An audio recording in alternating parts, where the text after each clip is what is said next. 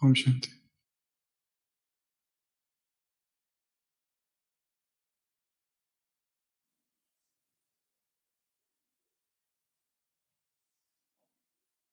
बहुत बहुत समय पहले, अप्रैल 1849, रशिया के एक महान साहित्यकार फ्योडर डोस्टोयेव्स्की ने अपने जीवन का एक वृत्तांत लिखा है।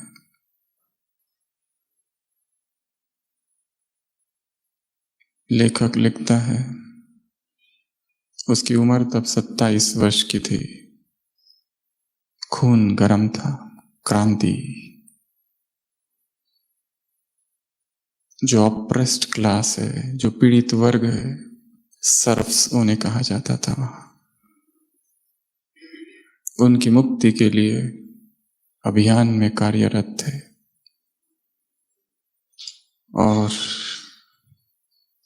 वो और उनके साथियों को पकड़ लिया गया। वहां का जो राजा था, ज़ार जिसे कहते हैं,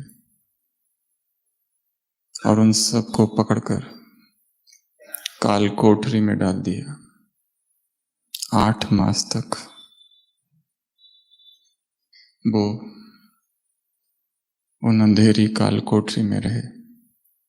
वहां सूरज की किरणें भी बहुत कम आती थी। कष्टपूर्ण जीवन था, छोटी सी जगह।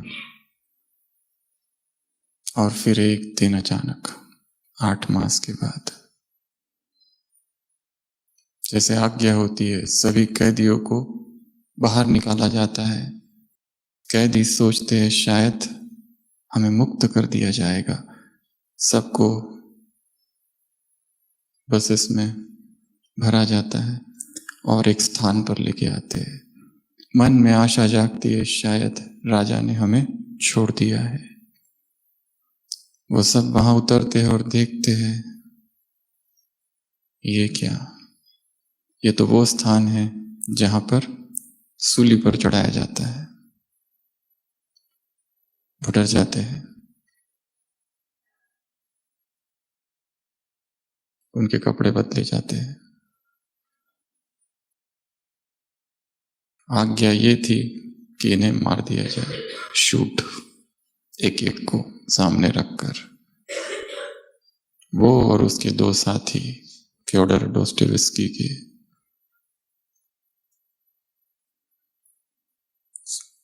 सिर पर वो काला कपड़ा, और ऑर्डर था कि इनको मार दिया जाए। और बस अब जीवन की अंतिम घड़ी सामने है, खत्म होने वाले हैं।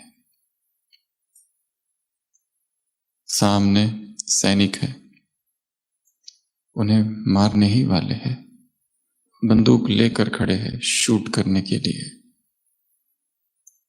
और उसी समय एक संदेश वाहक आता है और कहता है कि ज़ार की आज्ञा हुई है, इन सबको छोड़ दिया जाए। और उन सबको छोड़ दिया जाता है और कहीं और स्थान पर लेके जाते हैं, साइबेरिया। कई सालों के बाद उस लेखक ने एक किताब लिखी, द इडियट। ये बहुत फेमस बुक है। उसमें एक पात्र को, जो कि 27 वर्ष का ही है, यही सीन क्रिएट किया उस किताब में, और उस पात्र के मुख से कुछ शब्द बुलवाए। वो शब्द क्या थे? वो शब्द ये थे कि मैं मृत्यु के समीप हूं, इतना समीप कि बस अब मरने ही वाला हूं। और उस समय मेरे मन में कौन से भाव, कौन से विचार आए कि अब तक मैंने छोटे छोटे कितने सारे पाप कर लिए, इतने सारी गलतियां कर ली, और जीवन कितना अमूल्य है। काश मुझे समय मिल जाए थोड़ा सा समय मिल जाए कि मैं वो सारी गलतियों को ठीक कर दूं, थोड़ा सा समय मिल जाए। बस अब मृत्यु होने ही वाली है, निश्चित है। बंदूक लेकर सैनिक सामने खड़े हैं और मारने वाले हैं।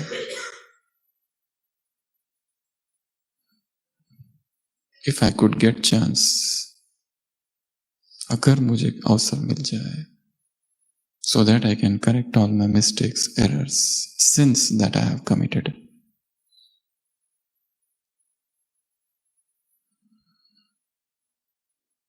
मृत्यु के साथ इतना समीप का दर्शन। और उसने ये भी लिखा, ऐसा भय अंदर था,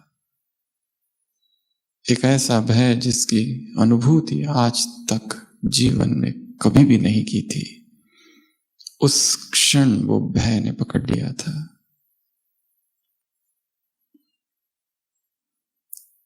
वहां पर उन्हें मारने से पहले और एक चीज उन्हें करने के लिए कहते, क्रॉस देते जीसस का, उसे चूमने के लिए कहते, और एक पादरी होता है उसके सामने अपने सारे पाप कबूल करने के लिए कहते, कन्फेशन।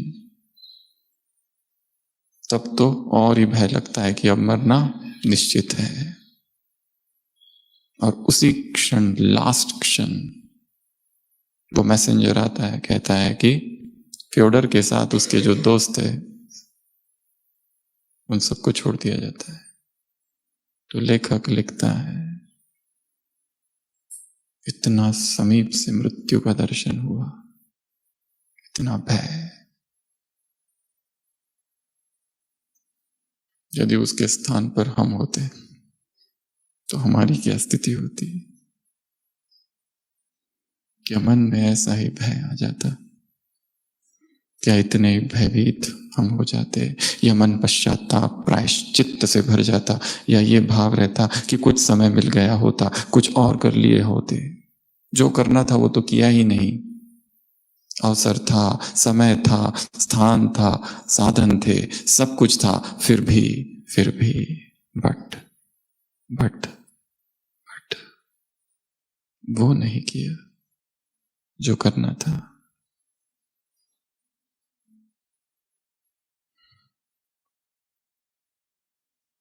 भाग्य है आप सबका जो इस स्थान पर पहुंचे और ऐसे संगठन के साथ पहुंचे जहां संसार में त्राही त्राही हो रही है, जहां संसार में घर घर में अशांति है। ऐसे अनित्यम असुखम लोकम से निकलकर इस स्थान पर पहुंचे, तो ऐसा कुछ किया जाए कि ये 3 दिन का समय यादगार बन जाए। और जैसे हर भट्टी में बताया जाता है, एक बात फिर से रिमाइंड करा रहे हैं, 3 नियम भट्टी के। सबसे पहला, मोबाइल स्विच्ड ऑफ,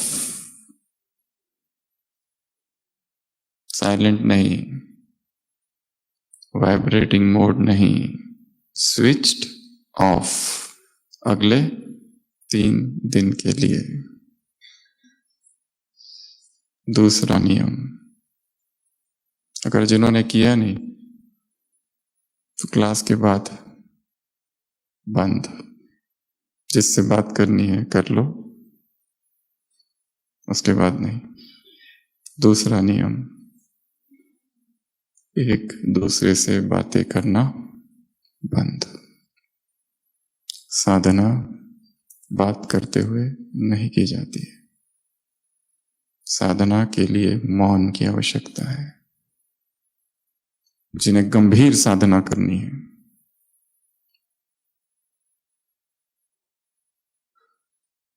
मधुबन में आए हैं, एंटरटेनमेंट के लिए नहीं आए हैं, केवल तपने के लिए आए हैं।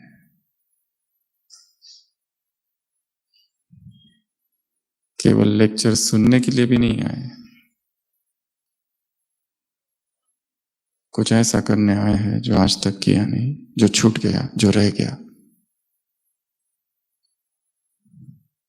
तो दूसरा नियम, आपस में बातचीत बंद। और कोई दूसरा यदि मौन में है तो उसका मौन नहीं तोड़ना है। हाँ, जो प्रशासन में है, जो सब संभालते हैं, उनको बोलने की आवश्यकता है, बोलना पड़ेगा। परंतु बाकी लोग जितना हो सके उतना मुख बंद, क्योंकि मौन की गहरी अवस्थाओं में ही चेतना की गहराई में प्रवेश कर किया जा सकता है। In silence you do self drilling, खुद के भीतर ड्रिल। जितना मौन गहरा होगा उतनी अनुभूति गहरी होगी। पहला दिन का मौन, शाम तक कुछ और होगा। साइलेंस डे 2, शाम तक कुछ और नए नए अनुभव होंगे। तीसरा दिन का मौन, वो दिखाई देने लगेगा जो अब तक दिखाई नहीं दिया था। ज्ञान तो यहाँ बहुत सुना जा रहा है, पर जो भी सुना जा रहा है सबको सब पता है। ऐसी कौन सी बात है जो यहां सुनाई जा रही है और आपको पहले से ही पता नहीं? सब पता है, सबको सब पता है। ये पता रहना ही बाधा है। अगले 3 दिन यहां ऐसे बैठ जाओ जैसे छोटा सा बालक, अपनी सारी डिग्रियां, अपने सारे टाइटल्स, अपने सारे रोल्स, अपने पद, पोजीशन, सब कुछ भूल के। सुबह मुरली में कहा ना, चाचा, मामा, काका, सब एक तरफ। यहां आए हैं तपने के लिए। ज्वाला भवन में प्रवेश किया है, आग जल रही है यहां आकर भी यदि बात करने में समय जा रहा है तो भीतर कब जाएंगे? भीतर कितने काम पड़े हुए हैं।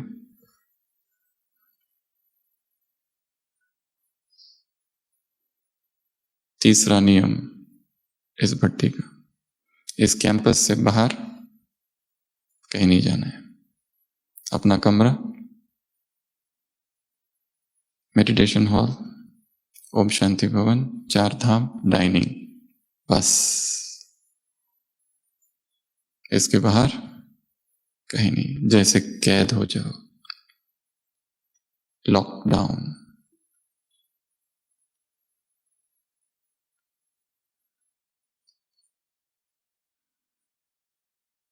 ये 3 नियम है जो जितना गहराई से और गंभीरता से करेंगे। यहां साधक की बात ही बैठना है। साधक है जैसे साधना करने आए हैं, तपस्वी है जैसे तपस्या करने आए हैं। एक है ऑफिशियल, केवल कारोबार की रीति से सब कुछ करना, यहां गए, वहां गए, वहां गए। 4 धाम में प्रवेश करो तो ऐसे प्रवेश करो कि जैसे उस कालखंड में प्रवेश कर रहे, अतीत की। जिस स्थान पर आए हो, सृष्टि के आदि पिता का स्पर्श हुआ है। आदि देव और आदि देवी यहां रहे। महान तपस्वी आत्माओं का निवास यहां हुआ है। परमात्मा के चरण इस भूमि पर पड़े हैं। ये वो स्थान है। और आप सब इतनी सारी ब्राह्मणात्माओं के साथ है, तो जो संकल्प यहां करेंगे वो संकल्प फलीभूत होगा। इतनी पावर है। केवल चेतन मन को शांत कर दो। इसलिए मोबाइल बंद, आपस में बात करना बंद, बाहर कहीं जाना बंद, बाद में जाना। जिस दिन भट्टी पूरी हो जाएगी उस दिन सब कुछ करना। जितना हो सके, ये 3 नियम है। तो हम बात कर रहे थे मृत्यु की। सबसे अधिक व्यक्ति को कौन डराता है? मृत्यु। भयभीत रहता है भीतर से। और मृत्यु से भी अधिक भय किसका है? एक और चीज है, एक तो बीमारी डराती है, दूसरा मृत्यु डराता है, और तीसरा उससे भी ज्यादा द अननोन, अज्ञात का भय। पता नहीं क्या होगा। एक भय सा है, एक इनसिक्योरिटी है, एक अनिश्चितता है भीतर, जो कपकपाती है चेतना को। निरंतर एक भय के साथ जी रहे। बाबा ने कहा है, तुम्हें निडर होकर इस खेल को देखना है।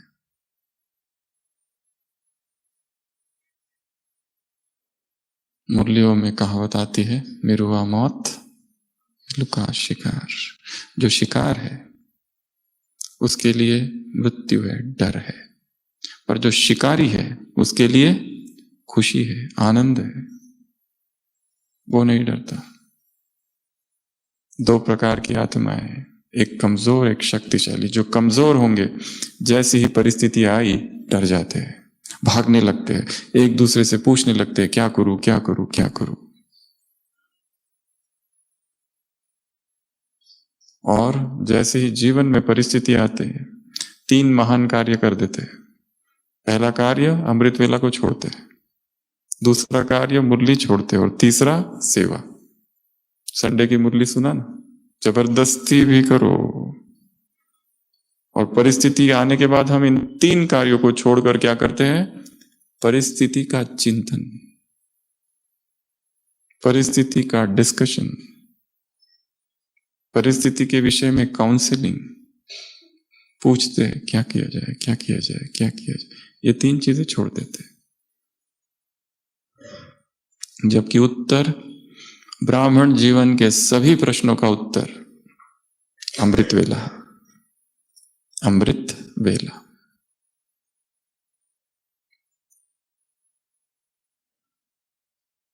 इसलिए जब तक यहां है तब तक बार बार यह अवसर मिलेगा नहीं, और पता नहीं कि हम इस तरह मधुबन में वापस आएंगे या नहीं।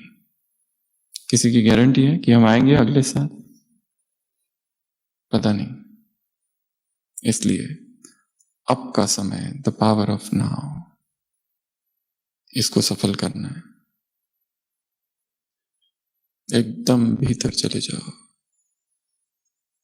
ऑपरेशन थिएटर में प्रवेश किया है, लाल लाइट लग गई है, और बड़ा डीप ऑपरेशन है मन का। चीरा लगाओ तो पता नहीं क्या निकला है, कौन सा पीप, कौन सी घृणा अंदर बैठी है। ऊपर से तो दिख रहा है सब कुछ अच्छा है, निर्विकार है, परंतु वो काम कहीं छुपा बैठा है। वो क्रोध है किसी के प्रति, वो किसी के प्रति ईर्ष्या है, वो किसी के प्रति नफरत और बदले का भाव है। किसी ने अत्याचार किया था, किसी ने अन्याय किया था, वो अब तक नहीं भूला है। किसी ने इंसल्ट की थी, वो पकड़े हुए हैं। इंसल्ट सहन करने की शक्ति ब्राह्मणों में कम है, कभी दादी जानकी ने कहा था। कितने भय अंदर है।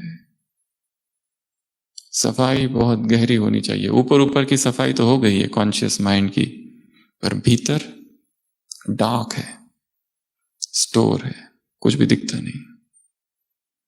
इस भट्टी का लक्ष्य है उस गहराई में पहुंचना। इसके लिए पहला तो अपना ध्यान बाहर से हटा देना पड़ेगा। यहां बैठे हैं, अपने मन को शांत करके बैठना है।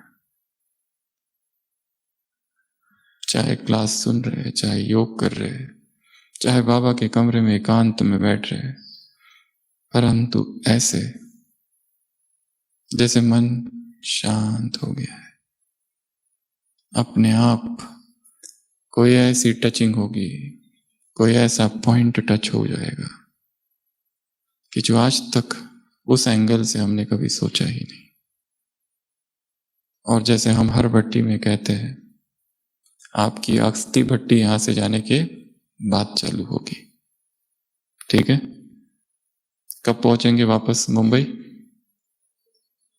तारीख 15। तो भट्टी की तारीख है आपकी 16। ये तैयारी है केवल। यहां जो शांति का अनुभव हो रहा है वो तुम्हारी शांति नहीं है, मधुबन की शांति है। यहां जो अशरीरीपन का अनुभव हो रहा है वो तुम्हारा अशरीरीपन नहीं है, मधुबन का दिया हुआ अशरीरीपन है। इसके लिए यहां तैयारी करनी है। उस 16 तारीख से यहां से जाने के बाद रियल भट्टी चालू करेंगे सभी 21 डेज भट्टी। टॉपिक कल परसों नरसों जब तक यहां है वो अमृत वेला टच होगा। किस पर करनी है?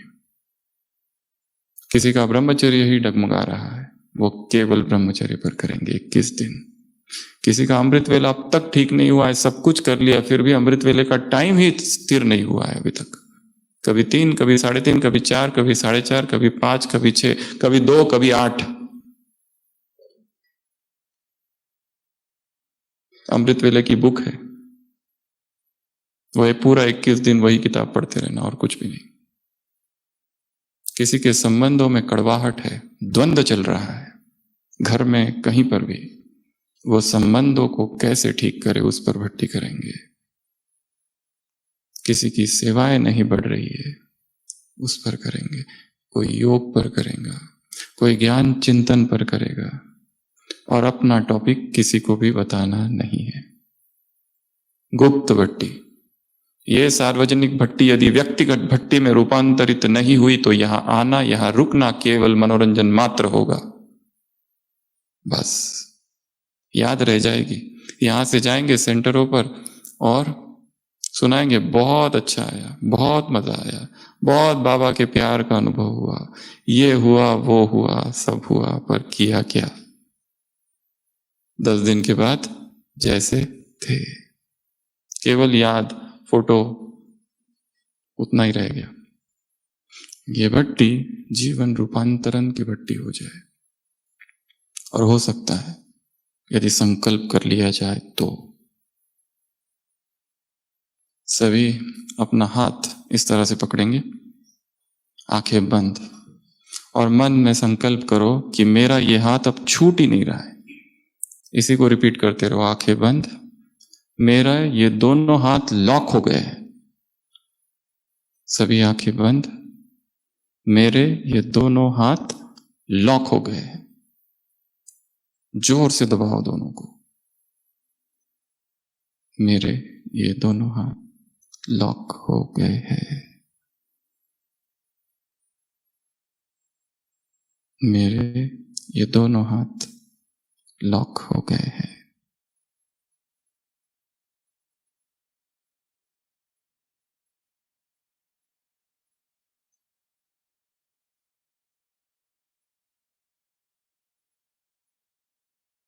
आंखें खोलेंगे, हाथ को छोड़ने का प्रयास। छूट गए कि थोड़ी मुश्किल है? थोड़ी मुश्किल है। क्यों? क्योंकि हाथों के साथ क्या जुड़ गया? संकल्प। हो सकता है किसी के अभी तक नहीं छूटे।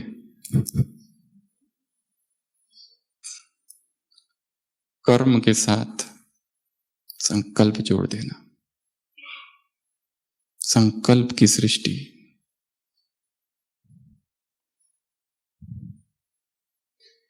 बाबा की कुटिया में जा रहे हैं, स्थान के साथ क्रिया को जोड़ दो। बाबा की कुटिया में गए, बाबा मुझे शॉल दे रहे हैं। हिस्ट्री हॉल में गए, बाबा मुझे तिलक दे रहे हैं। इमेजिनेशन, स्थान के साथ क्रिया को जोड़ देना है मन में, तो वो परमानेंट हो जाता है।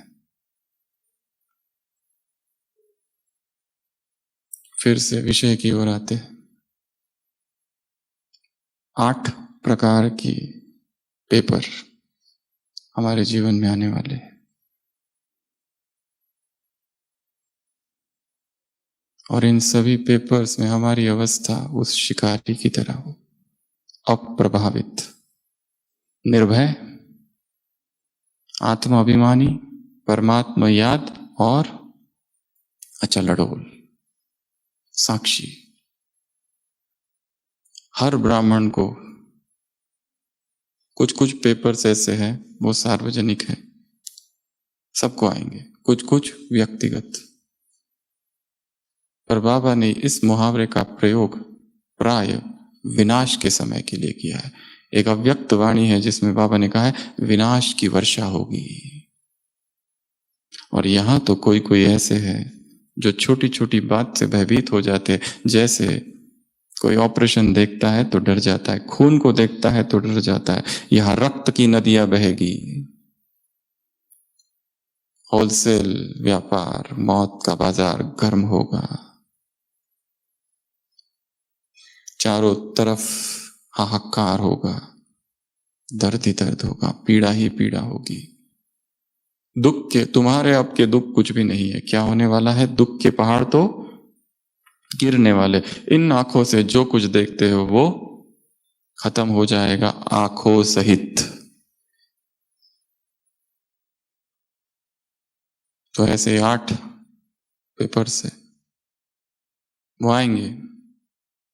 कुछ कुछ पेपर तो सारे विश्व को आएंगे और कुछ कुछ व्यक्तिगत। सबसे पहला वॉर, 3 प्रकार के युद्ध होंगे। सबसे पहला युद्ध विश्व युद्ध, न्यूक्लियर वॉर। इतनी सामग्री है, आज 13वां दिन है युद्ध का, युद्ध जारी है। इस सारी सृष्टि को कई बार नष्ट कर दिया जा सकता है, कहते हैं 9 बार। इतना न्यूक्लियर वेपन्स है। न्यूक्लियर वॉर, दूसरे प्रकार का वॉर गृह युद्ध, और तीसरा युद्ध नेचुरल वॉर अर्थात नेचुरल कैलेमिटीज। ये 3 प्रकार की वॉर्स है। और जब कोई युद्ध चालू होता है, चालू होने की डेट है, और उसका एंड कब होगा इसकी कभी कोई भी डेट नहीं होती है। इतना दर्दनाक सीन आने वाला है। हमारे सारे स्वजन हमारी आंखों के सामने मर जाए, कैसा दृश्य होगा। जिस घर को हमने इतने प्यार से बनाया वो धराशायी हो जाए, कैसा लगेगा। कितनी मन की तैयारी करनी पड़ेगी, कितना मन को नष्ट मोहा करना पड़ेगा कि यहां का कुछ भी हमें आकर्षित ना करे, कुछ भी।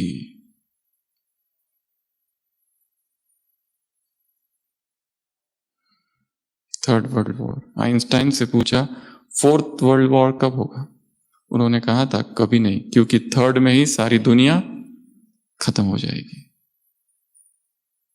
एलियन अटैक होंगे कहा जाता है, एस्टेरॉइड्स, मीथेन गैस लीक होगी सी बेड से।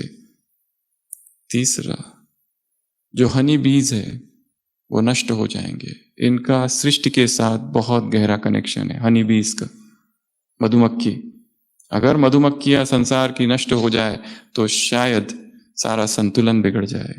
आकाश में ब्लैक होल्स, एनवायरमेंटल डिस्ट्रक्शन हो रहा है, इतना पोल्यूशन, इतना पोल्यूशन। आप अभी जहां बैठे हैं माबू, इसका एयर क्वालिटी इंडेक्स 50 और 50 से भी कम है, और जहां से आ रहे हो वहां का देखा था कितना है, AQI आइडियल होना चाहिए 50 से नीचे। बड़े शहरों में 100, 150, 200, 300 ऐसा रहता है, हाईली पोल्यूटेड एयर। जो हवा अंदर जा रही है वो इतनी दूषित है, और जब हवा ही दूषित है तो विचार भी दूषित हो जाते हैं अपने आप। कोविड में क्या खाना चाहिए, ये खाऊं कि वो खाऊं कि वो खाऊं कि वो खाऊं, ये प्रश्न पूछते। जो इनहेल कर रहे हैं उसके बारे में कोई नहीं पूछता है। हवा सबसे टॉप मोस्ट है, pure air, second number pure water, और थर्ड नंबर प्योर फूड।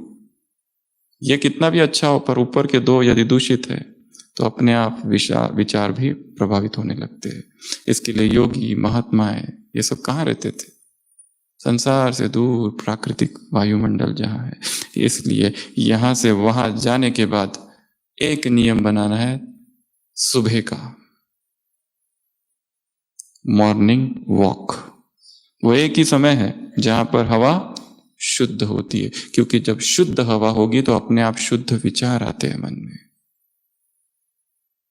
छत पे चले जाओ, किसी गार्डन में चले जाओ, समुद्र तट पर चले जाओ।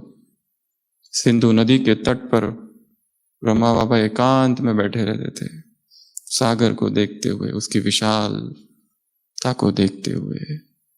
बिना एकांत के और बिना मौन के और बिना अंतर्मुखता के कोई अध्यात्म की उन्नति हो ही नहीं सकती। सेवाएं हो सकती है, सब हो सकता है, परंतु चेतना ऊपर उठ जाए स्थिति में वो नहीं होता है। तो ऐसा समय आएगा, धुआं ही धुआं होगा। कैसा वायुमंडल होगा?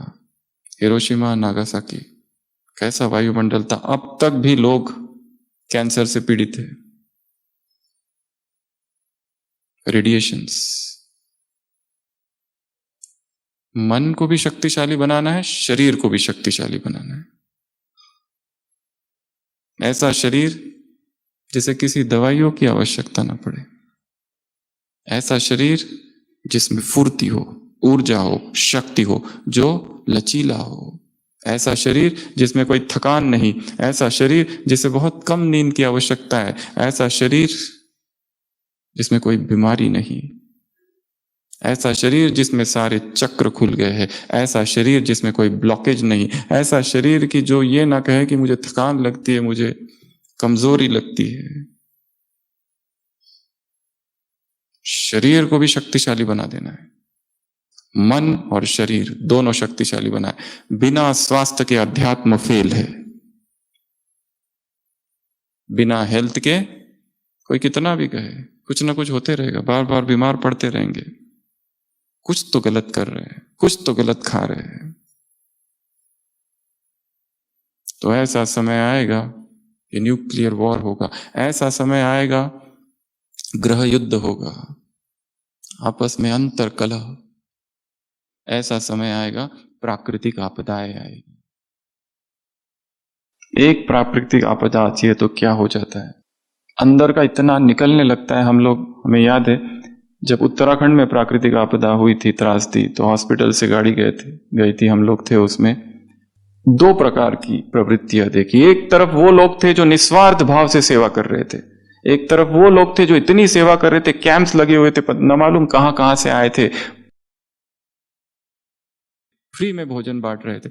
दूसरी तरफ कुछ और लोग थे, वो क्या कर रहे थे? चोरी।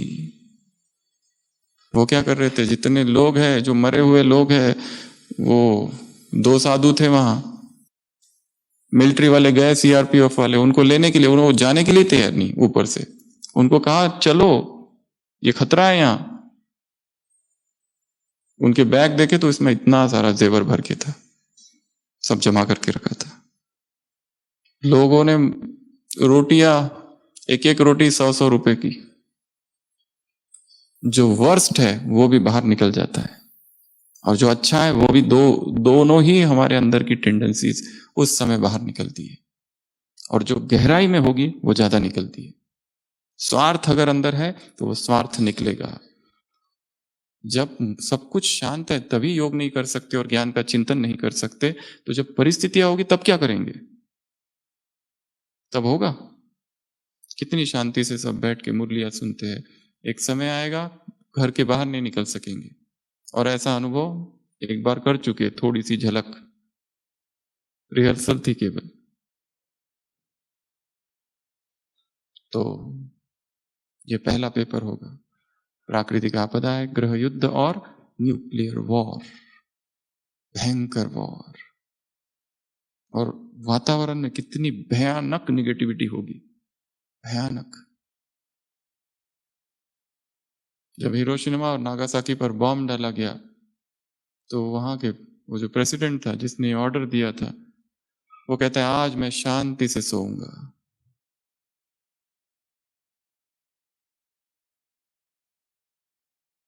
और जिसने बॉम्ब डाला वो पायलट, उसने एक पल भी नहीं सोचा कि जो मैं कर रहा हूं उससे क्या होगा। अंतर विवेक नष्ट हो जाता है। मॉब मेंटेलिटी, भारत पाकिस्तान का बंटवारा हुआ, जो लोग धार्मिक थे, बहुत अच्छे थे, पर जब देखा सब लोग कर रहे, वो भी शामिल हो गए उसमें। मंदिरों को जला दिया, मस्जिदों को जला दिया, दोनों। क्योंकि मॉब मेंटेलिटी है, सबके साथ व्यक्ति अपना विवेक खो देता है, जो सब कर रहे हैं वो करने लगता है। इसके लिए बड़ी गहरी साधना चाहिए, बड़ा गहरा परीक्षण निरीक्षण चाहिए स्वयं का, मेरे अंदर कौन से संस्कार हैं। तो ये पेपर आएगा, और ऐसे पेपर में निर्भय अवस्था, उस शिकारी की अवस्था, ऐसे पेपर में साक्षी भाव, इसका पहले ही हमने अभ्यास किया हो। ये सब होगा, नथिंग न्यू, कुछ भी नया नहीं है। दूसरा पेपर, 5 विकार। हमको लगा ये सब चले गए, छुप गए, दब गए, पर नष्ट नहीं हुए हैं, सूक्ष्म में है। काम नहीं है, परंतु काम के जो सूक्ष्म रूप है वो है वहां। पुरानी स्मृतियां है भोग की, वो नष्ट हुई है शायद नहीं, इस जन्म की तो नष्ट हुई है, पूर्व जन्म की। साधना के लिए इसलिए मौन बहुत जरूरी है। चुप हो जाओ, सारी बाह्य मुक्ता छोड़कर, क्योंकि इतने काम करने बाकी है भीतर।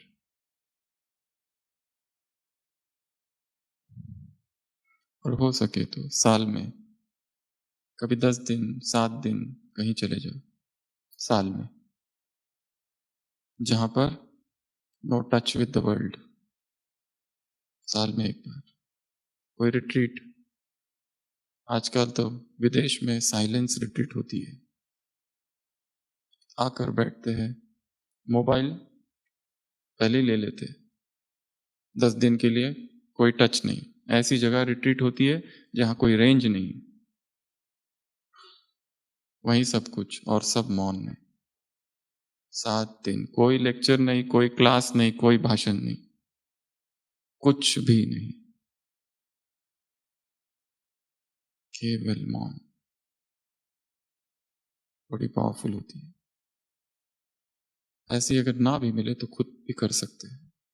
और सारे दिन भर में रोज इंटरमिटेंट साइलेंस, सेवा पूरी हुई, साइलेंस। सेवा में जो करना है सब किया, सब बात किया, सारों से सब कुछ किया, जैसे ही काम पूरा हुआ, चुप। Intermittent silence, intermittent solitude, intermittent introversion, रोज। और यदि ऐसा अवसर मिले तो 10 दिन 15 दिन गंभीर साधना के लिए बहुत जरूरी है। सोलो साइलेंट रिट्रीट, अकेले की रिट्रीट, जिसमें कुछ शेयर नहीं करना है, कुछ बोलना नहीं है, यहां तक कि कुछ लिखना भी नहीं है उसमें, केवल भीतर।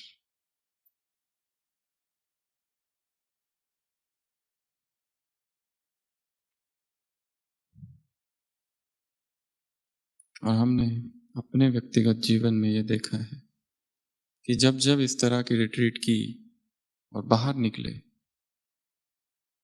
तो नया जन्म हो गया। लेटेस्ट जनवरी मास में ऐसी एक रिट्रीट की 10 दिन, ना कोई पेन, ना कोई पेंसिल, ना कुछ लिखना, कुछ नहीं, केवल मौन। कहीं और जाकर सारा कुछ अरेंज कर कर, जो आपकी ड्यूटी है उसमें कोई और टेक ओवर करे, इस तरह से सब कुछ देखते हुए, पर जो प्राप्ति है वो बहुत बड़ी है। भीड़ में आप जाते हो, कुछ खो कर आते हो, एकांत में जाते हो, कुछ पा कर आते हो, ये अंतर है। प्रकृति में जाते हो, कुछ मिलता है, मनुष्यों की भीड़ में जाते कुछ तो खो जाता है, सूक्ष्म कुछ तो। संगठन का अपना महत्व है, एकांत का अपना महत्व है। एकांत में जाओ, कुछ पाओ और फिर आके बांटो। दादी जान की मुंबई में थी, कहती 40 दिन तक एक ही कोठरी में जैसे तपस्या की थी, बैठकर 40 days साइलेंस रिट्रीट।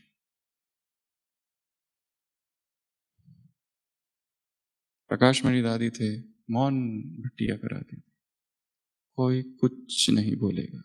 हमें याद है, हम एक दो जगह विदेश में गए थे, वहां जो भट्टिया होती थी वो भारत की भट्टियों से एकदम अलग। जितने लोग आते थे, बाहर एक ट्रे रहता था, सबका मोबाइल ऑफ, और उस ट्रे में रात को जब जाएंगे तब अपना मोबाइल लेकर जाना, कोई कुछ नहीं बोलेगा।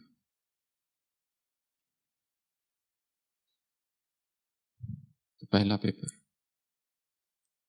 वॉर, दूसरा विकार, विकारों का डायग्नोसिस, जिसे हम प्रेम समझ रहे हैं वो प्रेम है ही नहीं, वो काम है, व्याकरण ही गलत है। जिसे प्रेम की संज्ञा दी है वो प्रेम नहीं, वो काम है। जिसे प्रेम की संज्ञा दी है वो प्रेम नहीं, वो मोह है। जिसे ये संज्ञा दी है कि हम बहुत बिजी है और जिसे हम सेवा कह रहे, वो सेवा कभी थी ही नहीं, वो तुम्हारे मैं का विस्तार था, मैं की सजावट थी बस।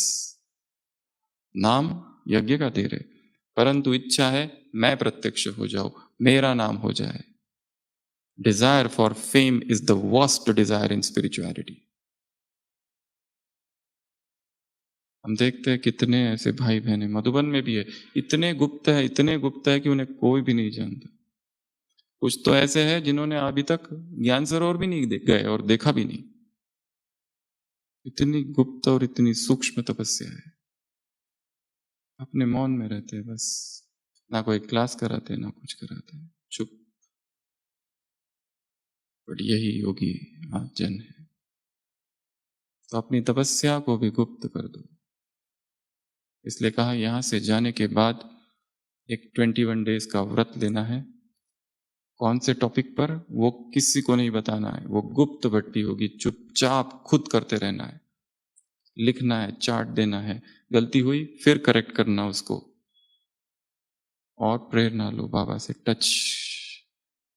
क्या करूं, इतना कर लिया, और क्या करना बाकी है, ये सेवाएं की, और इसके आगे और क्या है, व्हाट नेक्स्ट। तीसरा, शरीर की बीमारियों का पेपर, जो सोचा नहीं था, जो समझा नहीं था, अचानक शरीर की कोई बीमारी आ जाए, अचानक। हम कितने अचूल, हमने देखा है कितनी आत्माओं को, ब्राह्मण आत्माएं, बहुत अच्छी जिनकी स्थिति थी, जैसे ही हॉस्पिटल में आते और कोई बीमारी का पता चलता है, बेचैनी स्टार्ट, फिर वो स्थिति, वो योग कभी नहीं रहता है। कोई एक ऑपरेशन हो गया, बस खत्म, उससे जो वीकनेस, और वो 6 मास तो उसी में लग जाते हैं। और हमने उन आत्माओं को भी देखा है, उन दादियों को भी देखा है, इतनी बीमारियां, इतना सब कुछ, जैसे शरीर से डिटैच्ड। शांतामणि दादी, इधर प्रिक करो उधर प्रिक करो, शरीर से डिटैच्ड। पालू दादी, इधर प्रिक डिटैच्ड। मनोहर इंदिरा दादी, जैसे यहां है ही नहीं। जानकी दादी मुंबई से एक बार जब लेके आए थे वापस, सब कुछ किया पर वो पता ही नहीं चला लास्ट तक ब्लीडिंग क्यों हो रहा है। जब शांतिवन पहुंचे, वो जो कार थी उसमें खून ही खून।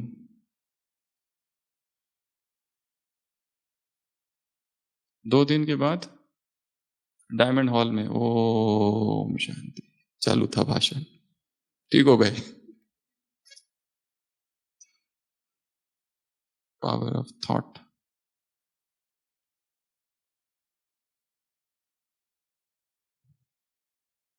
असहनीय पीड़ा, असहनीय वेदना, उसमें भी चित्त स्थिर।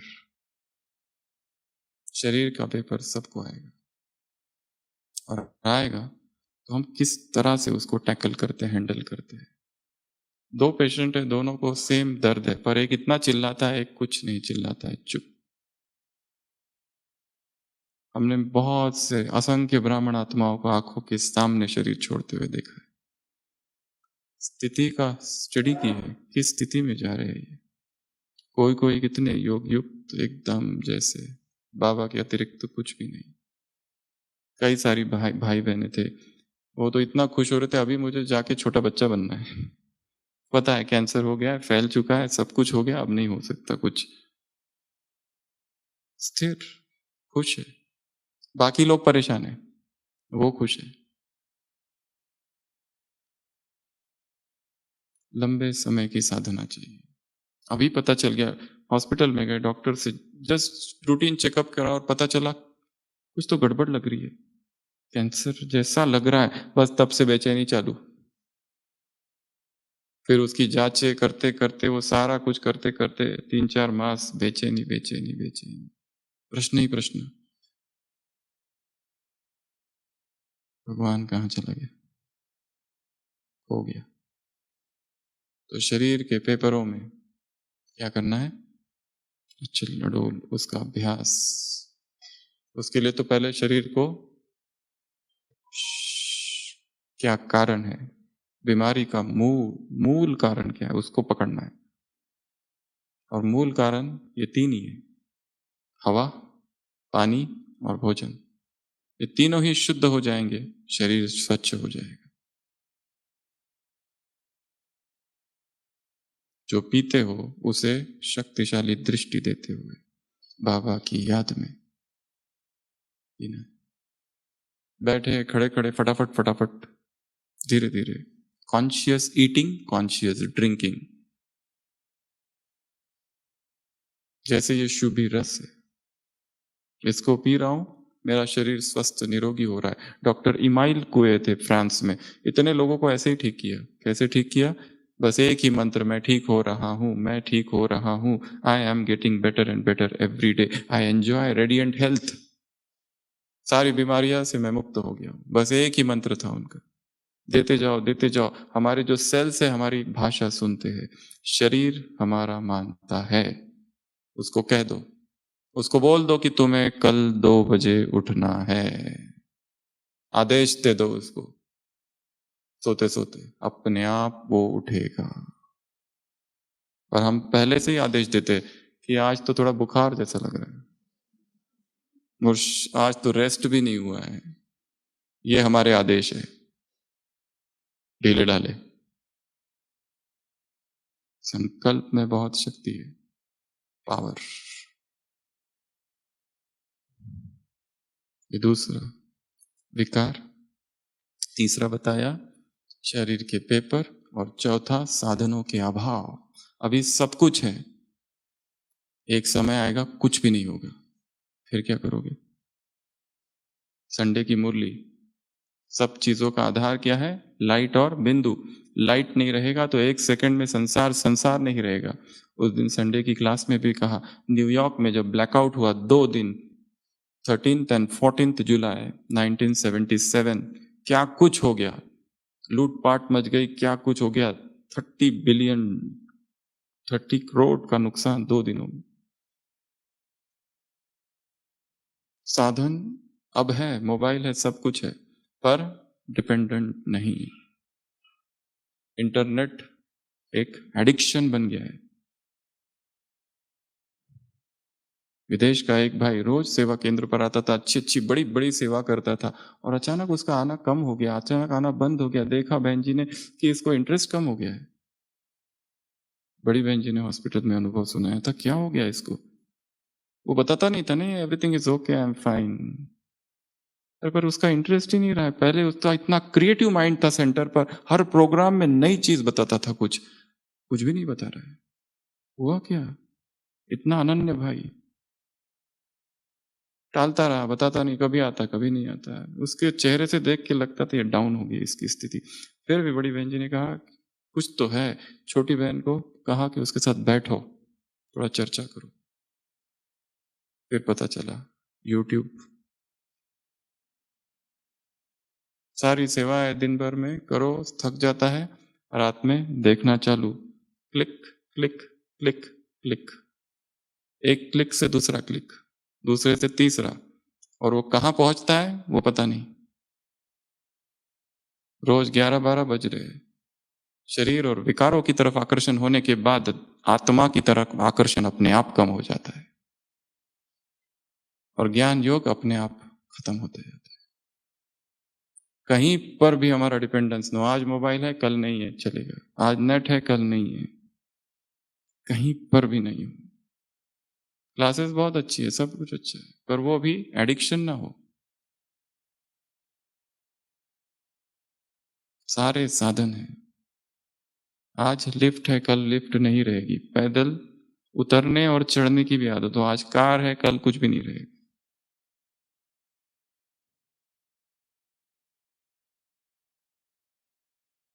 साधनों का पेपर सब ठप हो जाएगा। मोबाइल रहेगा हाथ में, रेंज ही नहीं तो क्या करोगे?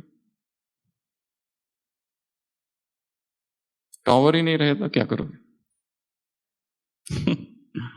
तो ऑनलाइन गेम्स एडिक्शन है। टेररिस्ट को पूछा गया तुम लोगों को बचपन में क्या पसंद आता था, वो कहते थे ऑनलाइन गेम्स, उसमें वो फाइट होती है ना, इधर से कार उधर से car, these were the favourite games of terrorist. Interview लिया गया था। ये बच्चों को ऑनलाइन गेम्स, हमको लगता है अच्छा है, बिजी है, खेलने दो उसको।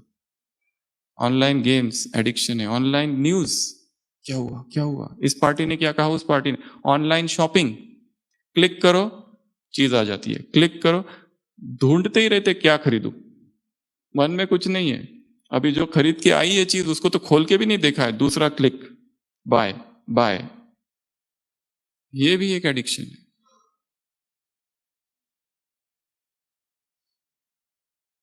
तो ध्यान रखना है बच्चे क्या खेल रहे हैं, दिस आर डेंजरस। बीच में वो कुछ आया था ना जिसमें डेथ हो गई थी, पबजी है ये सब, दे आर डेंजरस। उनको क्रिएटिव गेम्स, आउटडोर गेम्स,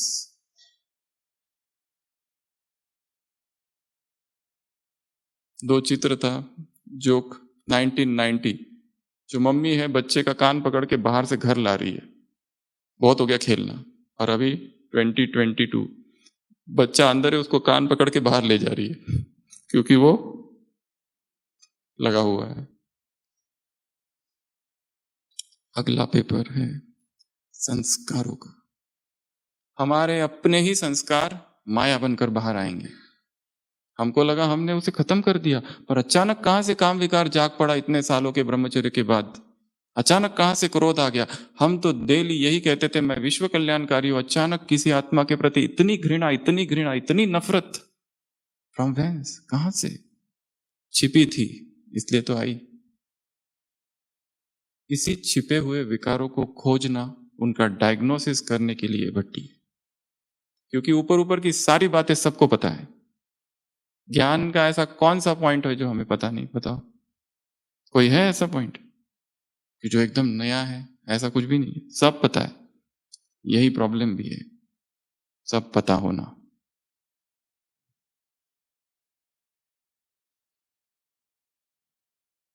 ज्ञान का सबसे बड़ा दुश्मन कौन है? अज्ञान, भ्रम कि मैं जानता हूं। ये पता है, परंतु जो पता है वो ऊपर ऊपर का पता है, सूचनाएं है, ज्ञान नहीं है। सूचनाएं बहुत है, मैं आत्मा हूं, वो परमात्मा, ये संगम युग, ये सृष्टि चक्र, ये 5000 वर्ष बाप आए हैं, विनाश सामने खड़ा है, काम महाशत्रु, आदि मंत्य दुख। सूचनाएं बहुत है, ज्ञान कहाँ है? ज्ञान अर्थात सूचना प्लस अनुभव, ज्ञान अर्थात परिवर्तन। ज्ञान अर्थात प्रज्ञा, प्रज्ञा जागे अंदर, अंतर्दृष्टि जागे, चीजों को पैनी दृष्टि से भेदते हुए देख सके। मुरली चली थी अभी, परखने की शक्ति।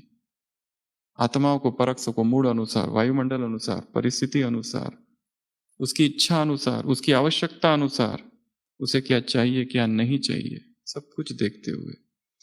तो अपने ही संस्कारों का पेपर आएगा। तो इस भट्टी में खुद को स्टडी करो, पिछले 6 मास में मैंने क्या क्या किया। योग में बैठकर वो एक स्क्रीन पर सारा देखो, संबंध कैसे रहे, अमृत वेला कैसा रहा, ब्रह्मचर्य कैसा रहा, ट्रैवलिंग कितनी की, सेवाएं कौन कौन सी की, गलतियां कौन कौन सी हुई, अच्छे काम कौन कौन से किए, योग कैसा रहा, स्थिति कैसी रही, मूड फ्लक्चुएशन कितने रहे। Study last 6 months, study of last 6 months and planning of next 6 months करके जाना है यहां से। तो संस्कारों का पेपर। अगला 6th, आत्माओं के द्वारा पेपर। 4 प्रकार की आत्माएं। एक, लौकिक की आत्माओं से पेपर। दूसरा, अलौकिक परिवार की आत्माओं से पेपर। तीसरा, भटकती हुई आत्माओं से पेपर, इविल सोल्स। और चौथा, क्रिमिनल आइड सोल्स। अलग अलग मुरलियों में ये वर्णन आए हैं। पहला, लौकिक वाली आत्माओं से, लौकिक को छोड़ चुके थे, लौकिक से कोई संबंध नहीं था, अलौकिक जीवन में चल रहे थे, अचानक लौकिक के प्रति मोह जागा। मेरा भाई, मेरी बहन, मेरे पिता, मेरी माँ, एकदम गहरा मोह।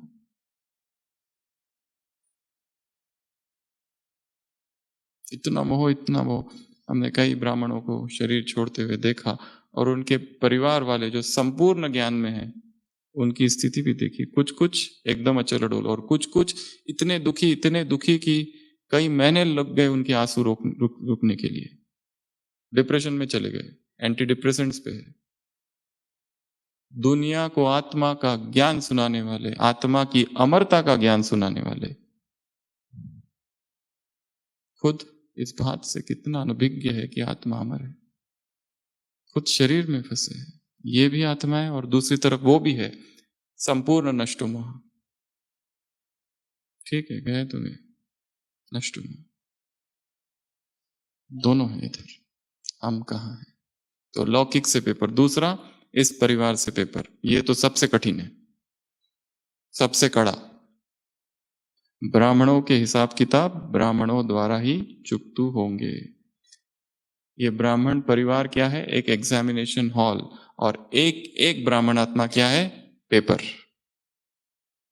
जिस आत्मा का हमने कोर्स कराया, जिसको सेंटर लेके गए, कोर्स कराया, जिसको योग सिखाया, जिसका हाथ पकड़कर मधुबन में लेके आए, 4 धाम की यात्रा कराई, सारा माउंट आबू दिखाया, बाबा से जिसका मिलन मना दिया, वही एक दिन हमारे ही विरुद्ध खड़ा है। ये कैसा हिसाब है? ये सब होगा। परंतु एक बात बड़ी सूक्ष्म है हिसाब किताब की, जो याद रखनी है। जैसे याद एक यात्रा है, जैसे जीवन एक यात्रा है, जन्म और मरण, उसी तरह कोई भी हिसाब किताब परमानेंट नहीं होता है। उसकी भी शुरुआत है, स्टार्टिंग पॉइंट और एंड पॉइंट है। अगर स्टार्टिंग पॉइंट और एंड पॉइंट कार्मिक अकाउंट की है, तो why not make this journey beautiful and happy. एक छोटी सी बच्ची है, Ayesha Chaudhary, youngest motivational speaker, 15 साल की, शरीर छोड़ दिया 2015 में। 18 साल की थी, शरीर 2015 में उसने छोड़ दिया। छोटी सी बच्ची, उसके आप सुन सकते हो उसके स्पीचेस। उसको लंग्स की एक ऐसी बीमारी थी, लंग फाइब्रोसिस, जिसका कोई इलाज नहीं था, पर वो जो बोलती है, इतना लोगों को मोटिवेट करता था। चली गई वो, अब नहीं रही। वो कहती थी, I have lung fibrosis, but I have happy lung fibrosis. If you have diabetes, let it be happy diabetes. क्योंकि जाना तो सब है, सबको ही है। 100 साल के बाद यहां कोई नहीं बचेगा इस हॉल में, everybody has to go away. तो why not make every movement a happy movement. Every हिसाब किताब जो आ रहा है, हैप्पी हिसाब किताब। मर मर के क्यों जिए? किसी एक आत्मा के साथ हिसाब किताब है, साफ सब कुछ कर लिया, पर वो हमें छोड़ता ही नहीं। हमने उसका कभी कोई बुरा नहीं किया, कभी उसके बारे में कभी कुछ नहीं कहा, पर हमारे हाथ धो के पीछे पड़ा है। अब हम क्या करें? शुभ भावना, शुभ कामना। बाबा ने कभी किसी के खिलाफ कुछ नहीं कहा। कितने लोगों ने, सारे न्यूज़पेपर में रोज गिलानी आती थी ओम मंडली की, रोज कैसे कैसे आरोप लगाए। सिंध ऑब्जर्वर न्यूज़पेपर ने लिखा, दादा Lekhraj he is given to sorcery and lechery. बहुत खराब खराब शब्दों का प्रयोग। पर अचल अडोल, कुछ भी हो जाए स्थिर। तो आत्माओं से हिसाब आएंगे। तीसरा, भटकती हुई आत्माएं। इसका एक ही उत्तर है, शिव मंत्र के आगे सभी मंत्र फेल है। इविल सोल ये होता है, वो होता है, कोई कुछ नहीं करता, तुम ही रिस्पॉन्सिबल। अपने आप को इतना शक्तिशाली बना दो, कोई आक्रमण नहीं कर सकता। और चौथा है क्रिमिनलाइज सोल, विकारी दृष्टि वाली आत्माओं का आक्रमण। हमारे शरीर की तरफ कोई आकर्षित हो जाए, पीछे ही पड़ जाए, वो भी एक, जरूर हमारे अंदर कुछ तो है। शिव शक्ति का रूप धारण नहीं किया है। महिला दिवस है, शिव शक्ति हूं, यही अभ्यास है। दादिया जब घर गई अपने सेवा करने लौकिक, तो शिव शक्ति का रूप धारण कर गई। उनकी माताओं ने, उनके जो रिश्तेदार थे, उन्होंने उसे समझा ही नहीं हमारी बेटी आई है, जैसे कोई देवी आई है इस रूप में। ये छठवां पेपर। सातवां, लीगल लीगल कोर्ट केसेस। हमने किसी का कुछ नहीं किया, पर अचानक कोर्ट केस किसी ने कर दी, या कोर्ट केसेस में इन्वॉल्व है, इतने इन्वॉल्व है कि ज्ञान योग खत्म हो चुका है कोर्ट के चक्कर काट काट के। इसलिए कहते हैं ना, सफेद कोट, ब्लैक कोट और खाकी कोट, इन तीनों से दूरी रहो। एंट्री नहीं करो। सफेद coat hospital, black coat court, और खाकी कोट पुलिस।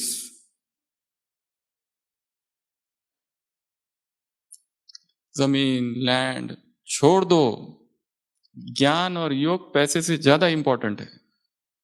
सारा कोर्ट केस 10 साल लड़के क्या मिलेगा? पैसे मिलेंगे, क्या करोगे? और जो सुख शांति जो थी वो तो खत्म हो गई। वो पैसे मिलके भी, वो जमीन मिलकर भी क्या करोगे? वो प्रॉपर्टी मिल गई, कौन सी सेवा करोगे? मन ही ठिकाने पर नहीं है अब। तो ये भी पेपर आएगा, उसमें भी अचल डोल, लीगल। और लास्ट, आठवां, फाइनेंशियल। हर एक को उस बेगरी पार्ट से गुजरना पड़ेगा, कुछ भी नहीं रहेगा। आपके घर में कोई आ जाए और कहे कि 2 दिन में ये घर खाली कर दो, जस्ट इमेजिन, 2 दिन में घर खाली कर दो, स्थिर रहेगा मन? उस दिन भी कहा था, कोटा हाउस, डोलपुर हाउस पीछे यज्ञ वहां था, नोटिस आई 1 दिन में खाली कर दो, वो 1 हफ्ते के अंदर। बाबा थे नहीं, मम्मा ने क्या कहा? अखंड योग भट्टी। ये है उत्तर। क्या करना है? अखंड योग भट्टी, हर परिस्थिति का उत्तर। हम होते तो ये करेंगे, वो करेंगे, इधर जाएंगे, उसको मिलेंगे, उसको मिलेंगे, कुछ नहीं। Just sit in meditation, that's it. तो ऐसे ये 8 पेपर है। पहला बताया युद्ध, युद्ध में भी 3, न्यूक्लियर, गृह युद्ध, और तीसरा प्रकृति का युद्ध, नेचुरल कैलेमिटीज। दूसरा पेपर बताया 5 विकार, 5 ही विकार नहीं, सूक्ष्म विकार जो अंदर छिपे हैं वो बाहर निकलेंगे। तीसरा, शरीर की व्याधियां, शरीर की बीमारियां। इसलिए एक ध्यान रखना है कि ऐसी दिनचर्या, ऐसा भोजन बनाओ कि ये शरीर बीमार ही ना पड़े। क्योंकि बीमार पड़ने के बाद, जब शरीर स्वस्थ है तभी तो अशरीरीपन नहीं हो सकते। जब शरीर में दर्द होगा तब अशरीरीपन कैसे होगा? कितना कठिन है। दांत में दर्द हो रहा है और बनो मैं आत्मा हूं करके बताओ। इधर रीनल कॉलिक, तड़पता है पेशेंट।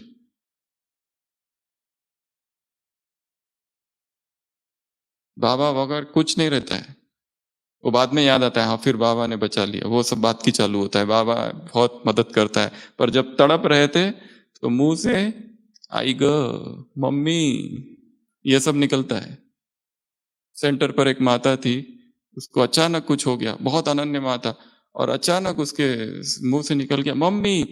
तो सेंटर की बहन जी पूछते तुम अभी भी मम्मी को याद करती? वो कहती मैं शिव बाबा को मम्मी कह रही थी। ब्राह्मण बहुत योग युक्त है, संभाल लेते सिचुएशंस को, क्योंकि ज्ञान इतना ज्यादा है, कैसे कहां यूज करना ये ब्राह्मणों से सीखना चाहिए।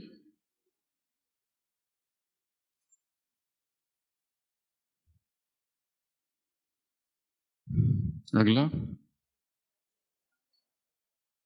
अगला साधनों का अभाव, इसके लिए साधनों के बिना रहने का अभ्यास करना है।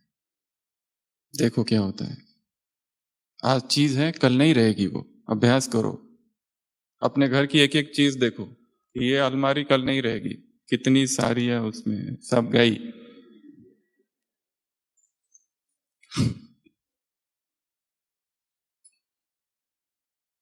हमारा अपना मोह है, फिर कहेंगे नहीं बाबा का चला गया इसलिए दुखी है, बाबा का चला गया इसलिए दुखी नहीं, मेरी थी इसलिए दुखी है। वो तो कहने के लिए, क्योंकि ब्राह्मण बहुत ज्यादा होशियार चतुर सुजान है, उन्हें संपूर्ण ज्ञान है किस सिचुएशन में कैसा कौन सा ज्ञान यूज करना है, वो पता है। अगला संस्कार, अपने ही संस्कार बाहर निकलेंगे, किसी और से हमारी दुश्मनी है ही नहीं, कोई दूसरा कुछ कर ही नहीं रहा है, सब हमारे भीतर की हलचल है। The agitation is with in. योग में कोई बैठता है, आधा घंटे के बाद क्यों उठता है? कौन उठाता है? It is the restlessness which makes you get up, और कोई उठाता नहीं है। हम कहते हैं लोग क्या, नहीं मुझे कुछ काम है, कुछ काम नहीं है। इट इज द इनर बेचैनी जो है हमारे भीतर, वो हमको उठाती है। ना भूख है ना कुछ है, ऐसा करते मच्छर वहां है ही नहीं, किसको मारा? वो बेचैनी है जो हाथ को यहां ले जाती है। वो यहाँ कुछ खुजली वगैरह कुछ नहीं है, पर योग में ही सब कुछ होता है।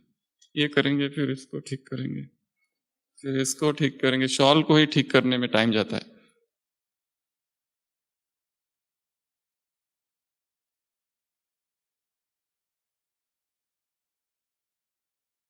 मेडिटेशन हॉल में एक बार कोई बहन जी बैठी थी सामने, उसका मोबाइल पहली बजा, अमृत वेला, सबने देखा थोड़ा प्रेम भरी दृष्टि से, फिर बजा, फिर तीसरी बार बजा। हम पीछे बैठे थे, हमने कहा कि अभी हम इसको योग जैसे ही हो जाएगा इसको बताएंगे कि भाई मोबाइल बंद करना है। तो तीसरी बार, चौथी बार, पांचवी बार, और जैसे योग पूरा हुआ, हमारा काम कितने लोगों ने कर दिया। टूट पड़े सब। कौन क्या कर रहा है? कुछ नहीं, सब हमारे भीतर है बेचैनी, हमारे अंदर ही है सब बेचैनी हलचल, इसी को शांत करना है।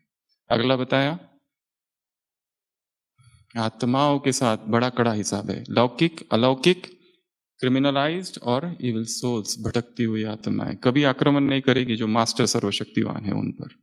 जो कमजोर है पहले ही सोचते रहते हैं कि हाँ मुझे उसने कुछ कर दिया है, मेरे अंदर उसमें कुछ करता है, वो मुझे पता है वही करता है मेरे साथ ऐसा, तुमने मान लिया इसलिए हो रहा है, अदरवाइज इट इज नॉट। अगला लीगल, कोर्ट और ये सब भी पेपर आएंगे, हम कभी कभी चाहते नहीं है फिर भी आ जाएंगे, अचल अडोल। लास्ट फाइनेंशियल, आज सब कुछ है पर समझ देना ये अनित्य है, सारा पैसा सब एक दिन नष्ट हो जाएगा, कुछ भी नहीं रहेगा। तो निरुआ मौत, मल्लुका शिकार। तो सभी स्थिर होके बैठेंगे, डायरी पेन पेंसिल बंद, जो सामने आके नीचे बैठ सकते हैं वो नीचे आ जाएंगे, और अगले 15 मिनट 20 मिनट शरीर की सारी हलचल समाप्त, शरीर को हिलाना डुलाना नहीं है। दादी कहती है मुझे ब्रह्मा बाबा के 4 पोस्चर बार बार आंखों के सामने घूमते हैं। पहला, तपस्या में बैठा हुआ है, कैसा बैठा है? दूसरा, विष्णु अनंतासन में। तीसरा, पत्र लिखते हुए। चौथा, पहाड़ों पर नशे से बैठा हुआ। तो योगी अर्थात पोस्चर फर्स्ट, स्थिर, रीढ़ की हड्डी सीधी, सारे सपोर्ट छोड़ देना जितना हो सके, और शरीर को बिल्कुल भी हिलाना नहीं है। शरीर हिलता है तब मन हिलता है। आंखें इधर उधर जाती है तो मन इधर उधर जाता है। आंखों को स्थिर कर दो, मन को स्थिर कर दो। तो अगले 15 मिनट तक उंगली जहां रख दी बस रख दी, उंगली भी ना हिले, जबान भी ना हिले। चले।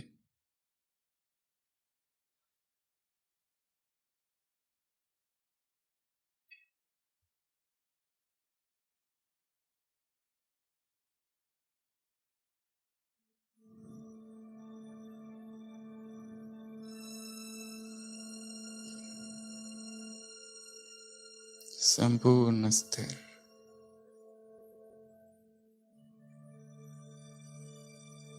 कुछ समय के लिए आंखें बंद करेंगे।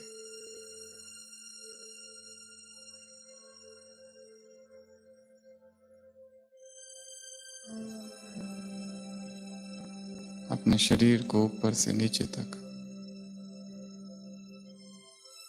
मन की आंखों से देखेंगे, भीतर से देखेंगे। मस्तिष्क, चेहरा, किस तरह के प्रकंपन है।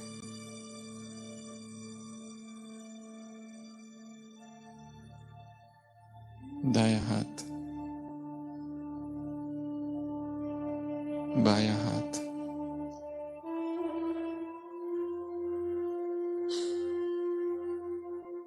छाती, पेट,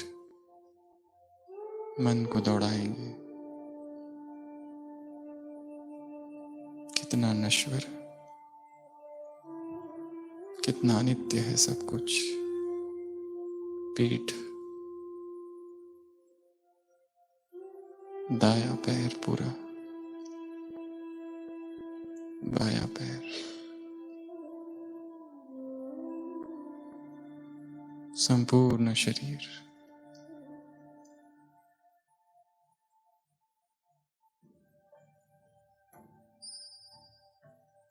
हलचल है कहीं शरीर में, धड़कन है कहीं।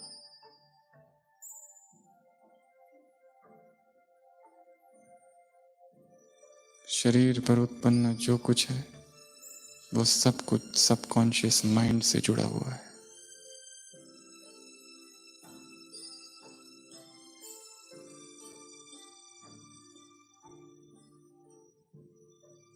शरीर के भीतरी स्तर पर जो हलचल है उसका संबंध अवचेतन मन से है।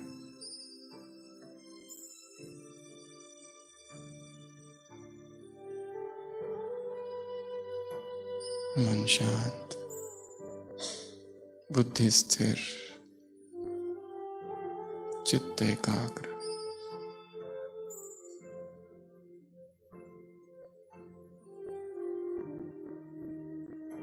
भ्रुकुटी के मध्य स्थित मैं एक चैतन्य ज्योति हूं।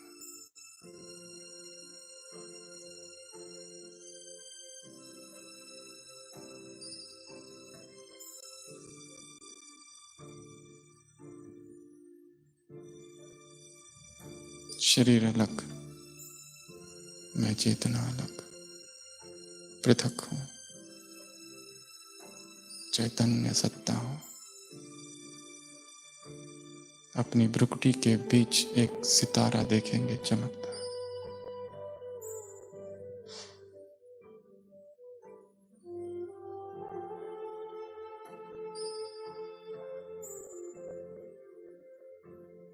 मैं आत्मा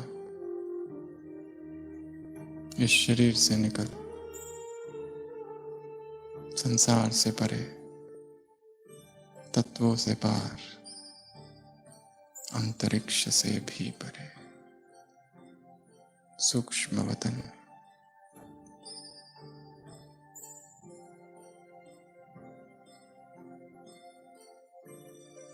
लाइट का शरीर। आंखें खोलेंगे और सामने अव्यक्त बाप दादा को देखेंगे।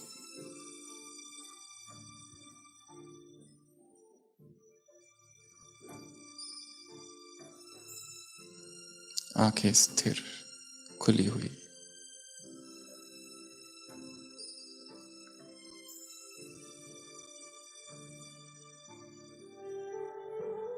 बाप दादा शक्तिशाली दृष्टि,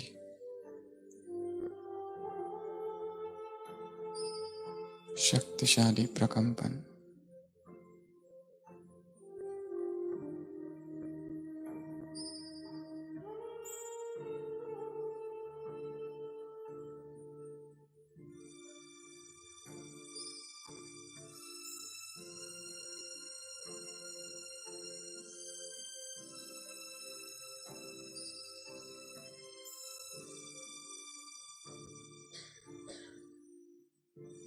बाप दादा का वरदानी हस्त सिर पर।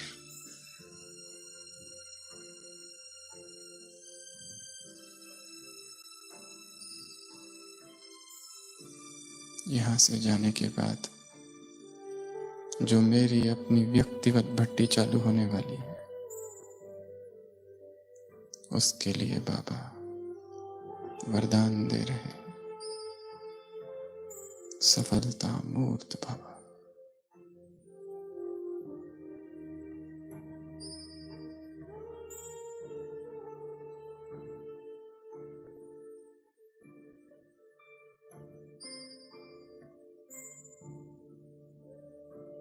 निर्विघ्न बाबा।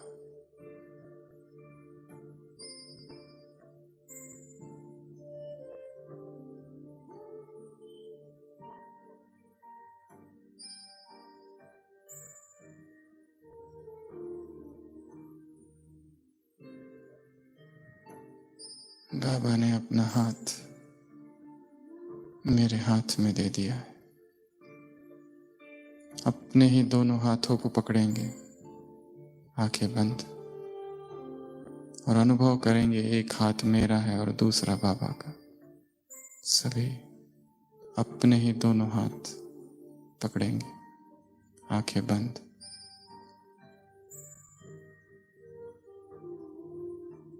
भगवान ने हाथ पकड़ा है।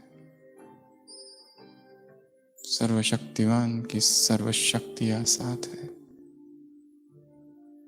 असंभव कुछ नहीं।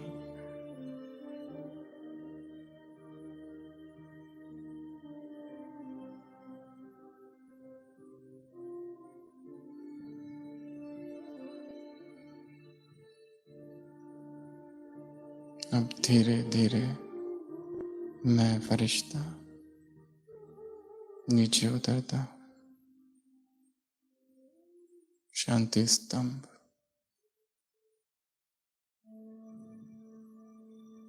सूक्ष्म परिक्रमा, शक्ति का अनुभव।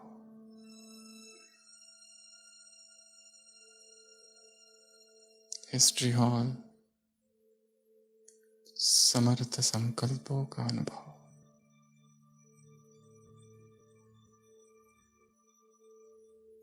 बाबा का कमरा, बाप समान स्थिति का अनुभव।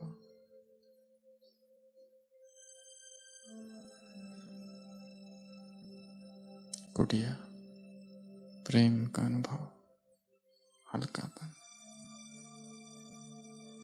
यही प्रकंपन लेकर मैं फरिश्ता उड़कर जा रहा हूं अपने लौकिक घर, सेवा केंद्र, ऑफिस।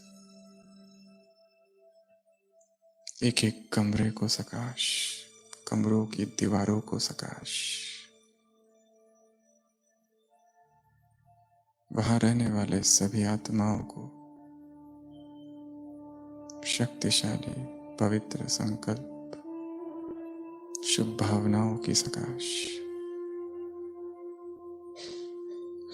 वो संपूर्ण ऑफिस वो रोज की सड़क, वो सारी ट्रैफिक, वो सारा स्थान, वो लौकिक घर, घर के सारे सदस्य, शक्तिशाली दृष्टि,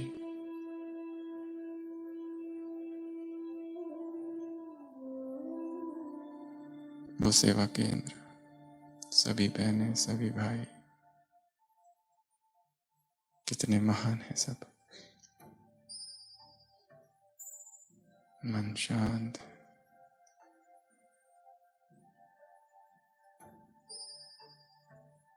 अब धीरे धीरे सभी अपने अपने स्थान पर खड़े हो जाएंगे, बिना आवाज के, बिना हलचल, मौन, बाबा को देखते हुए, दृष्टि स्थिर।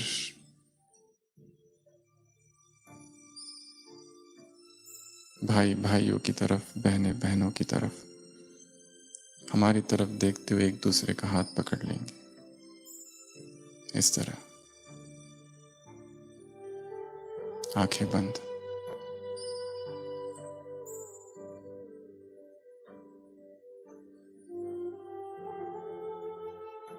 मैं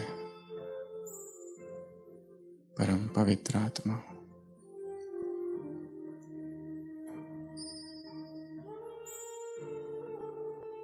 मेरे संपूर्ण शरीर में पवित्र प्रकंपन है।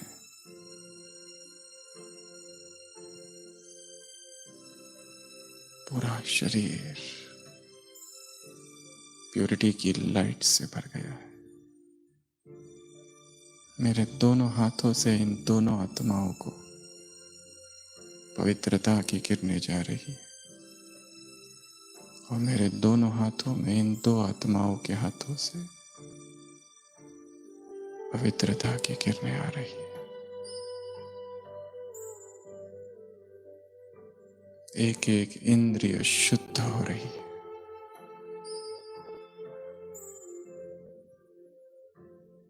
पूरे शरीर में करंट है। मैं बाल ब्रह्मचारी हूं। मैं अखंड बाल ब्रह्मचारिणी हूं। मैं शिव शक्ति हूं, शिव प्रिया हूं, शिव की अर्धांगिनी हूं। एक शिव के अतिरिक्त कोई नहीं। परम धाम से पवित्रता के सागर की पवित्र किरणें मुझ पर, रोम रोम में पवित्रता, चेतन मन अवचेतन मन की गहराइयों में पवित्रता। एक एक वासना नष्ट हो रही है। एक एक विचार, संकल्प, भावना, स्वप्न, दृष्टि, वृत्ति परिशुद्ध हो रहा है। Spiritual purification. पूरे हॉल में जैसे पवित्रता ही पवित्रता।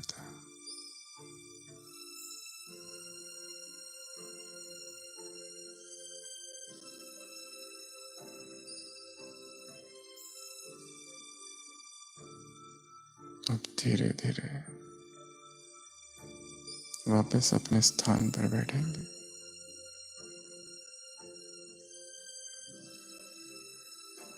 बाबा से दृष्टि निरंतर मुझ आत्मा पर पड़ रही।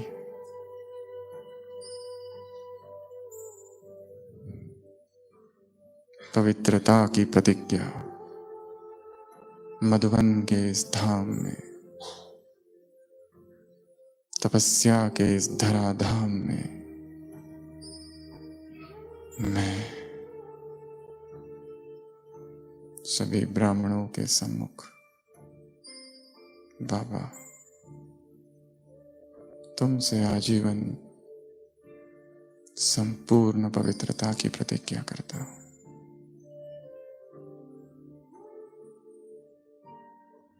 चाहे कुछ भी हो जाए,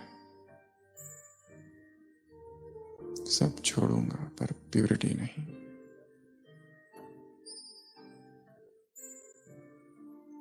भगवान की दृष्टि,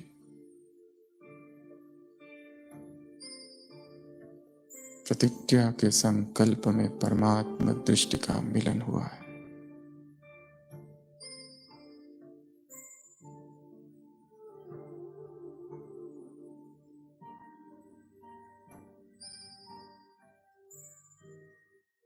ओम शांति।